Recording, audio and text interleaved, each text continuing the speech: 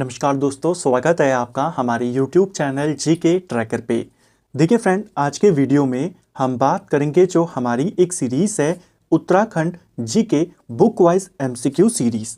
जैसे आप जानते हैं, हम पूरे उत्तराखंड को बुक वाइज यहाँ पे कवर कर रहे हैं और धामी जी की पुस्तक हमारी अभी चल रही है। आज हम इस सीरीज की 30वीं क्लास यहाँ पे कंटिन्यू करेंगे, वहीं से आगे चलेंगे जहाँ पे हमने लास्ट वीडियो में छोड़ा था। कुमाऊं के कमिश्नर्स के बारे में हम बात कर रहे थे, हेनरी रैमजे से जुड़े कुछ सवालों को देखा, वहीं से आगे कंटिन्यू करेंगे और जो कुमाऊं के दूसरे कमिश्नर हुए रैमजे के बाद हुए, उनके काल में क्या क्या इंपॉर्टेंट घटनाएं घटी, उनसे रिलेटेड सवालों को भी जानेंगे। अगर आपने इस सीरीज की पिछली क्लासेस को नहीं देखा है तो प्लेलिस्ट से आप उनको देख सकते हैं। तो चलिए दोस्तों, आज की वीडियो को शुरू करते हैं। आज का हमारा पहला सवाल है, रैमजे के काल में जिला अधिसूचित अधिनियम कब पारित किया गया था? पहला सवाल तो ये हो गया, जो जिला अधिसूचित अधिनियम था, डिस्ट्रिक्ट शेड्यूल एक्ट जो था, किसके काल में आया? ये आया था हेनरी रैमजे के काल में। किस वर्ष आया? ये आता है 1874 में। ऑप्शन सी सही आंसर होगा। इसी अधिनियम के माध्यम से कहा जाता है कि राजस्व पुलिस व्यवस्था की शुरुआत भी होती है। यानी राजस्व पुलिस व्यवस्था की शुरुआत भी किस काल में हुई? तो ये हुई 1874। पेपर में पूछा गया था आपसे और उसका आंसर विलियम ट्रेल दिया गया था, क्योंकि पटवारियों की नियुक्ति उसने शुरू करी थी। लेकिन अगर पूछेगा राजस्व व्यवस्था को किस वर्ष शुरू किया गया, तो 1874 आपने ध्यान रखना है, पहले भी पूछा गया है और तब आंसर जो था वो 1874 ही था। ठीक है। इसके अलावा आपको एक और सवाल पूछा गया था कि कुमाऊं के अंदर वन पंचायतें कब बनाई गई थी? 1931 में। इसी अधिनियम, ये जो जिला अधिसूचित अधिनियम है, इसी के तहत बनी थी ये वाली वन पंचायतें, इनको भी ध्यान रखना है। ठीक है। अगला, नैनीताल में वेलेजली हाई स्कूल कब स्थापित किया गया? जो वेलेजली हाई स्कूल है, यानी नैनीताल के अंदर का काफी इंपॉर्टेंट स्कूल है, इसे स्थापित किया गया था 1884 में। रैमजे के काल में यह स्थापित होता है। नैनीताल को स्कूली शिक्षा के रूप में विकसित किया गया ब्रिटिश काल में, और विशेषकर किसके काल में? हेनरी रैमजे के काल में। सवाल आएगा, नैनीताल का स्कूली शिक्षा के रूप में विकास किसके काल में हुआ? हेनरी रैमजे के काल में। ठीक है। हेनरी रैमजे के द्वारा या उनके काल में कई सारे इंपॉर्टेंट स्कूल यहाँ पे बनाए गए। जैसे एक है, काफ़ी इंपॉर्टेंट है, शेरवुड कॉलेज। ये कब बना नैनीताल में? तो इसका वर्ष 1867 भी माना जाता है और 1869 भी। आपने पहला रेफरेंस शेरवुड कॉलेज का 1869 को देना है, लेकिन 67 को भी याद करना है। इसके अलावा रैमजे के ही काल में स्टोनले स्कूल यहाँ पे खोला गया 1877 में, जिसे वर्तमान में बिड़ला विद्या मंदिर के नाम से जाना जाता है। वेलेजली हाई स्कूल यहाँ पे 1884 में खोला गया। 1871 में यहाँ पर रैमजे इंटर कॉलेज खोला गया, इसे भी ध्यान रखना है। ठीक है। निम्न में से कौन सा भूमि बंदोबस्त वैज्ञानिक तरीके से किया गया पहला बंदोबस्त था? उत्तराखंड में जो भूमि बंदोबस्त हुए हैं, उन सबके ऊपर हमने डिटेल में बात करी थी जब परीक्षा वाणी वाली सीरीज में हमने भूमि बंदोबस्तों को कवर किया। किस भूमि बंदोबस्त में क्या हुआ, किसके तहत कौन कौन से प्रावधान किए गए, वो सब हमने कवर किया था। कौन सा वाला भूमि बंदोबस्त था जो वैज्ञानिक तरीके से हुआ था? यह था 9वां भूमि बंदोबस्त। ऑप्शन सी सही आंसर होगा। 9वां भूमि बंदोबस्त 1863 से 1873 के मध्य में होता है। ये वाला भूमि बंदोबस्त भी रैमजे के काल में हुआ और इसे कराने वाला कौन था? बेकेट, या जिसे विकट लिखा जाता है। ठीक है। तो बेकेट के द्वारा करवाया गया था। इसे पहला वैज्ञानिक भूमि बंदोबस्त माना जाता है। इसके माध्यम से भूमि को 5 वर्गों में बांटा गया था। ठीक है। निम्न में से किसने कुमाऊं के पहले कंजर्वेटर के रूप में कार्य किया था? कुमाऊं के पहले कंजर्वेटर के रूप में काम हेनरी रैमजे ने किया था। ऑप्शन सी सही आंसर होगा। हेनरी रैमजे जो था 1858 में ये कुमाऊं का पहला कंजर्वेटर बनता है और 10 साल तक यानी 1868 तक कंजर्वेटर के पद पर रहता है। इसी पद पर रहते हुए 1858 में इसने ठेकेदारी प्रथा को समाप्त किया था। तो कुमाऊं में ठेकेदारी प्रथा को समाप्त करने का श्रेय भी किसको जाता है? हेनरी रैमजे को, जब ये वन कंजर्वेटर था। 1868 में फिर वन विभाग की स्थापना हो जाती है। कुमाऊं जो कमिश्नर है उससे यह पद ले लिया जाता है। ठीक है। निम्न में से किस कमिश्नर के द्वारा ठेकेदारी प्रथा को समाप्त किया गया? ये क्वेश्चन भी पेपर में पूछा गया है। हेनरी रैमजे को कुमाऊं का पहला कंजर्वेटर माना जाता है और इसी के द्वारा कुमाऊं में ठेकेदारी प्रथा को भी समाप्त किया गया। यानी वनों को जो ठेके में देने की जो प्रथा उस समय चलती थी उसको हेनरी रैमजे के द्वारा खत्म किया गया। इसके अलावा हेनरी रैमजे ने पहला वन बंदोबस्त भी करवाया था बतौर कंजर्वेटर। कुमाऊं का पहला वन बंदोबस्त कब हुआ? ये भूमि बंदोबस्त नहीं है, वो गार्डनर ट्रेल ने करवाया था पहला वाला, यह है वन बंदोबस्त। कुमाऊं का पहला वन बंदोबस्त 1861 में हुआ जिसे रैमजे ने ही करवाया था। रैमजे कंजर्वेटर के पद पे कब तक रहा? सवाल बन सकता है 1868, क्योंकि इसके बाद क्या हुआ था, कुमाऊं में वन विभाग की स्थापना हो जाती है। ठीक है, हेनरी रैमजे ने वन बंदोबस्त करवाया 1861 में।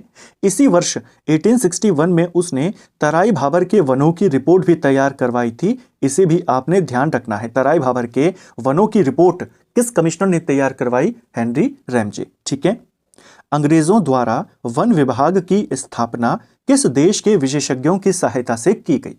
अंग्रेजों ने पूरे देश में जब वन विभाग की स्थापना करी वो वर्ष था 1864। 1864 में भारत में वन विभाग की स्थापना होती है। वनों के प्रबंधन के लिए, वनों के प्रशासन के लिए यहाँ पे वन विभाग बनाया जाता है। इस काम के लिए एक जर्मन विशेषज्ञ था जिसका नाम था डिट्रिच ब्रेंडिस, इसे बुलाया गया था और इसी के द्वारा यहाँ पर पहला वन विभाग बना था भारत का। डिट्रिच ब्रेंडिस कहाँ का था? ये जर्मनी का था। इस वन विभाग का जो महानिदेशक बनाया गया वो इसी को बनाया गया था, डिट्रिच ब्रेंडिस को। और बाद में इसी की सलाह पर भारत का पहला वन अधिनियम आता है 1865 में, अगले ही साल। और फिर 3 साल के बाद 1868 में कुमाऊं के अंदर और 1869 में गढ़वाल के अंदर वन विभाग स्थापित होता है। ठीक है, कुमाऊं में वन विभाग की स्थापना कब हुई थी? तो कुमाऊं के अंदर वन विभाग की स्थापना ये होती है 1868 में। अगर पूछेगा गढ़वाल के अंदर कब हुई? 1869 में। उस समय उत्तराखंड में टिहरी रियासत भी थी। टिहरी रियासत के अंदर वन विभाग बना था 1885 में। ये 4 वर्ष आपको याद करने हैं। भारत में 1864, कुमाऊं के अंदर 1868, गढ़वाल में 1869, टिहरी में 1885। इसके अलावा बीच में 1865 भी आता है जब वन अधिनियम आया था भारत का पहला। ठीक है, इस वन अधिनियम जो 1865 में आया, इसमें संशोधन कब हुआ? यह 1878 में हुआ था। ठीक है, अगला, निम्न में से कौन रैमजे के बाद कुमाऊं कमिश्नर बना था? देखिए, कुमाऊं कमिश्नर के पद पे कई सारे अंग्रेज रहे, लेकिन जो शुरुआती 6 हैं वही ज़्यादा इंपॉर्टेंट हैं, जिसमें गार्डनर आता है, ट्रेल आता है, गोबान आता है, लूशिंगटन, बैटन और रैमजे आते हैं। ठीक है, रैमजे के तुरंत बाद कौन कुमाऊं का कमिश्नर बना था? सवाल बन सकता है। इसका नाम था फिशर। ये कुमाऊं का 7वां कमिश्नर था और रैमजे के तुरंत बाद ये कुमाऊं का कमिश्नर बनता है। 1884 से लेकर 1885 तक ये कुमाऊं का कमिश्नर रहा। ठीक है, इसके अलावा 1885 से 1887 तक एच.जी. रॉस जो था ये कुमाऊं कमिश्नर के पद पे रहता है और इसी के काल में गढ़वाल राइफल्स की स्थापना होती है 1887 में। इसको आपने ध्यान रखना है, सवाल बन जाएगा गढ़वाल राइफल्स की स्थापना किसके काल में हुई थी? एच.जी. रॉस उस समय कुमाऊं का कमिश्नर था। ठीक है, इसके अलावा न सिर्फ गढ़वाल राइफल्स, जो भारतीय राष्ट्रीय कांग्रेस बनी थी 1885 में, वो भी इसी के काल में बनी थी। ठीक है, कुमाऊं में लाइसेंस नीति कब लाई गई थी? देखिए, कुमाऊं में लाइसेंस नीति जो है ये आती है 1889 में। ऑप्शन बी सही आंसर होगा। ये क्वेश्चन इंपॉर्टेंट है काफ़ी ज़्यादा, इसलिए अगर आप इसे इंडिया के संदर्भ में देखेंगे, भारत में लाइसेंस नीति अंग्रेज कब लेकर आए थे? 1857 की क्रांति के बाद लेकर आए थे। ठीक है, लेकिन कुमाऊं में उस समय क्योंकि क्रांति का उतना ज़्यादा असर नहीं था, ऊपर से यहाँ का जो राजा था यानी यहाँ का जो प्रशासक था, ब्रिटिश कमिश्नर जो था वो रैमजे था, उसके द्वारा यहाँ के लोगों की पैरवी करी गई कि यहाँ पर अभी इस तरह के नियमों की आवश्यकता नहीं है। कुमाऊं के अंदर लाइसेंस नीति आती है 1889 में, यानी कुमाऊं कमिश्नरी में 1889 में आई, जबकि भारत में ये 1857 की क्रांति के बाद 1858 में आ चुका था। ठीक है, ये लाइसेंस नीति जो है किसके काल में आई? उस समय कुमाऊं का कमिश्नर J.R. ग्रिग था। इसको आपने ध्यान रखना है। ठीक है, अंग्रेजों द्वारा चीड़ के वृक्षों से लीसा टिपान कब शुरू हुआ? अंग्रेजों के द्वारा चीड़ वृक्षों से लीसा का टिपान जो शुरू होता है, जो लीसा है वो किससे मिलता है? चीड़ के पेड़ों से। यह लीसा टिपान 1890 में शुरू हुआ। 1890 से लीसा टिपान का काम ब्रिटिश काल में शुरू हुआ था। ठीक है, उस समय कुमाऊं का कमिश्नर कौन था? अगर यह सवाल आ जाए तो G.E. अस्किर्सन, जो अस्किर्सन है ये उस समय कुमाऊं का कमिश्नर था। ये कुमाऊं का 10वां कमिश्नर था। 1889 से लेकर 1892 तक ये कुमाऊं का कमिश्नर रहता है। इसी के काल में दो इंपॉर्टेंट घटनाएं होती हैं। पहला, अंग्रेज चीड़ वृक्षों से लीसा टिपान शुरू कर देते हैं, और दूसरा और सबसे इंपॉर्टेंट काम, इसी के काल में 1891 में जो कुमाऊं वाला हिस्सा था, कुमाऊं जिला था, उसके दो हिस्से कर दिए जाते हैं। एक अल्मोड़ा जिला बनता है, एक नैनीताल जिला बनता है। तो ये दोनों जिले भी इसी के काल में बने थे। G.E. अस्किर्सन। ठीक है। कुली एजेंसी के गठन के समय कुमाऊं का कमिश्नर कौन था? कुली एजेंसी का जो गठन होता है आप सभी जानते हैं, 1908 में कुली एजेंसी बनाई गई थी। जोत सिंह नेगी के द्वारा इसे बनाया गया था। 1923 में जाकर ये खत्म होती है। 1908 के दौरान कुमाऊं का जो कमिश्नर था वो कैंपबेल था। कैंपबेल की बात करें, ये 1906 से लेकर 1914 तक कुमाऊं कमिश्नर के पद पे रहा। 8 साल तक ये कुमाऊं का कमिश्नर रहा। इसी के काल में कुमाऊं गवर्नमेंट गार्डन जो है वो बनता है। इसी के काल में ग्लौगी परियोजना की शुरुआत होती है। इसी के काल में जो कुली एजेंसी है ये बनी थी। ठीक है। ब्रिटिश काल का पहला वन बंदोबस्त कब किया गया? तो ब्रिटिश काल का जो पहला वन बंदोबस्त था ये कब हुआ? ये हुआ था 1861 में। अभी हमने ऊपर देखा किसने किया था? हेनरी रैमजे ने किया था। ये सवाल बन जाता है। दूसरा जो वन बंदोबस्त हुआ वो 1911 से 1917 के मध्य में होता है। उसे भी आपने ध्यान रखना है। स्टीफ और नेल्सन के द्वारा उसे किया गया था। ठीक है। वन आंदोलन के लिए गिरफ्तार हुई पहली महिला कौन थी? तो उत्तराखंड में वन आंदोलनों के लिए गिरफ्तार की जाने वाली पहली महिला दुर्गा देवी थी, जिन्हें 1921 के दौरान गिरफ्तार किया गया था। इनका संबंध अल्मोड़ा के सोमेश्वर से है, इसे भी ध्यान रखना है। उत्तराखंड में पहली जो गिरफ्तारी होती है, राजनीतिक गिरफ्तारी, वो मोहन सिंह मेहता की हुई थी, लेकिन वो पहली है ओवरऑल पुरुषों में भी। ठीक है। अगर सिर्फ महिलाओं में पूछेगा तो वन आंदोलन के लिए जाने वाली पहली महिला जेल जो गई वो थी दुर्गा देवी अल्मोड़ा की। और आज़ादी के आंदोलन के दौरान, स्वतंत्रता संग्राम के दौरान जाने वाली जो थी वो बिस्नी देवी शाह थी। ठीक है। राज्य में फॉरेस्ट ग्रीवेंस कमेटी का गठन कब किया गया था? ये भी एक सिंपल सा सवाल है, लेकिन कई सारे जो एक्स्ट्रा फैक्ट हैं वो इससे पूछ लिए जाते हैं। जो फॉरेस्ट ग्रीवेंस कमेटी है ये बनी थी आपकी 13 अप्रैल 1921 को।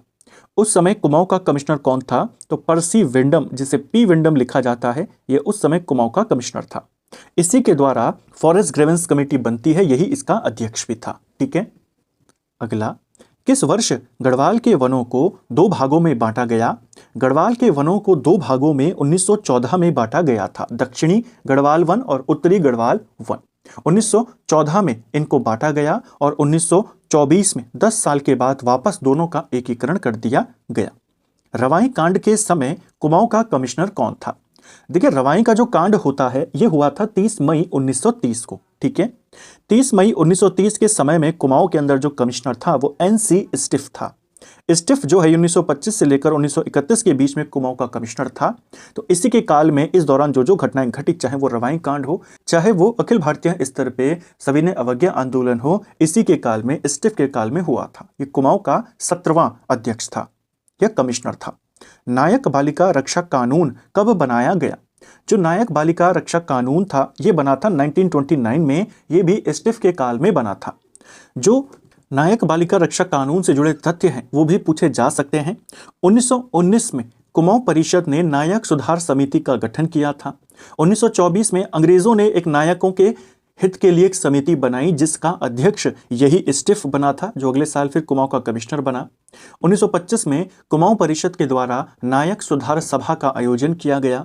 1928 में अंग्रेजों ने नायक सुधार अधिनियम लेकर आए और 1929 में नायक बालिका रक्षा कानून लाया गया था। ठीक है। निम्न कथनों पर विचार करें और सही विकल्प चुनें।